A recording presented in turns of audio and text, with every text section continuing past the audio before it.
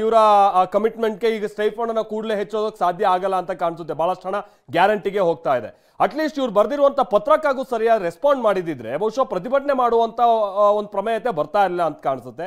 ಇವ್ರ ಬೇಜವಾಬ್ದಾರಿಗೆ ಈಗ ರೋಗಿಗಳು ಪರದಾಡಬೇಕಾಗಿದೆ. ಮತ್ತೊಂದು ಕಡೆ ಕೋಲ್ಕತ್ತಾದಲ್ಲಿ ವೈದ್ಯ ವಿದ್ಯಾರ್ಥಿನಿ ರೇಪ್ ಅಂಡ್ ಮರ್ಡರ್ ವಿಚಾರ ಏನಿದೆ ಅದು ಮೊನ್ನೆ ನಡೆದಿರುವಂತ ಘಟನೆ ಈಗ ದೆಹಲಿಗೂ ಕೂಡ ಇದರ ಪ್ರತಿಭಟನೆಯ ಬಿಸಿ ತಟ್ಟಿದೆ. ವೈದ್ಯ ವಿದ್ಯಾರ್ಥಿಗಳು ಪ್ರತಿಭಟಿಸ್ತಾ ಇದ್ದಾರೆ. ದೆಹಲಿಯ ಏಮ್ಸ್ ಆಸ್ಪತ್ರೆ ವಿದ್ಯಾರ್ಥಿಗಳಿಂದ ಪ್ರತಿಭಟನೆ ನಡೆಸುವ ಕಾರ್ಯ ಆಗ್ತಾ ಇದೆ. ಕೇವಲ ದೆಹಲಿ ಮಾತ್ರ ಅಲ್ಲ, ಬಹಳ ಕಡೆ ಇವತ್ತು ಪ್ರತಿಭಟನೆ ನಡೆದಿದೆ. ದೆಹಲಿ, ಆಮೇಲೆ ಮಹಾರಾಷ್ಟ್ರದಲ್ಲಿ ವಿದ್ಯಾರ್ಥಿಗಳು ಪ್ರತಿಭಟಿಸಿದ್ದಾರೆ, ಮುಂಬೈನಲ್ಲೆಲ್ಲ. ಕೋಲ್ಕತ್ತಾದಲ್ಲಿ ಅದು ಯಥಾಪ್ರಕಾರವಾಗಿ ಪ್ರತಿಭಟನೆ ನಡೀತಾ ಇದೆ. ಅತ್ಯಾಚಾರ ಪ್ರಕರಣವನ್ನು ಖಂಡಿಸಿ ಅನಿರ್ದಿಷ್ಟಾವಧಿ ಪ್ರತಿಭಟನೆ ನಡೀತಾ ಇದೆ ಕೋಲ್ಕತ್ತಾದಲ್ಲಂತೂ. ಬಿಹಾರದ ಪಾಟ್ನಾದಲ್ಲೂ ಕೂಡ ವೈದ್ಯ ವಿದ್ಯಾರ್ಥಿಗಳು ಪ್ರತಿಭಟಿಸ್ತಾ ಇದ್ದಾರೆ.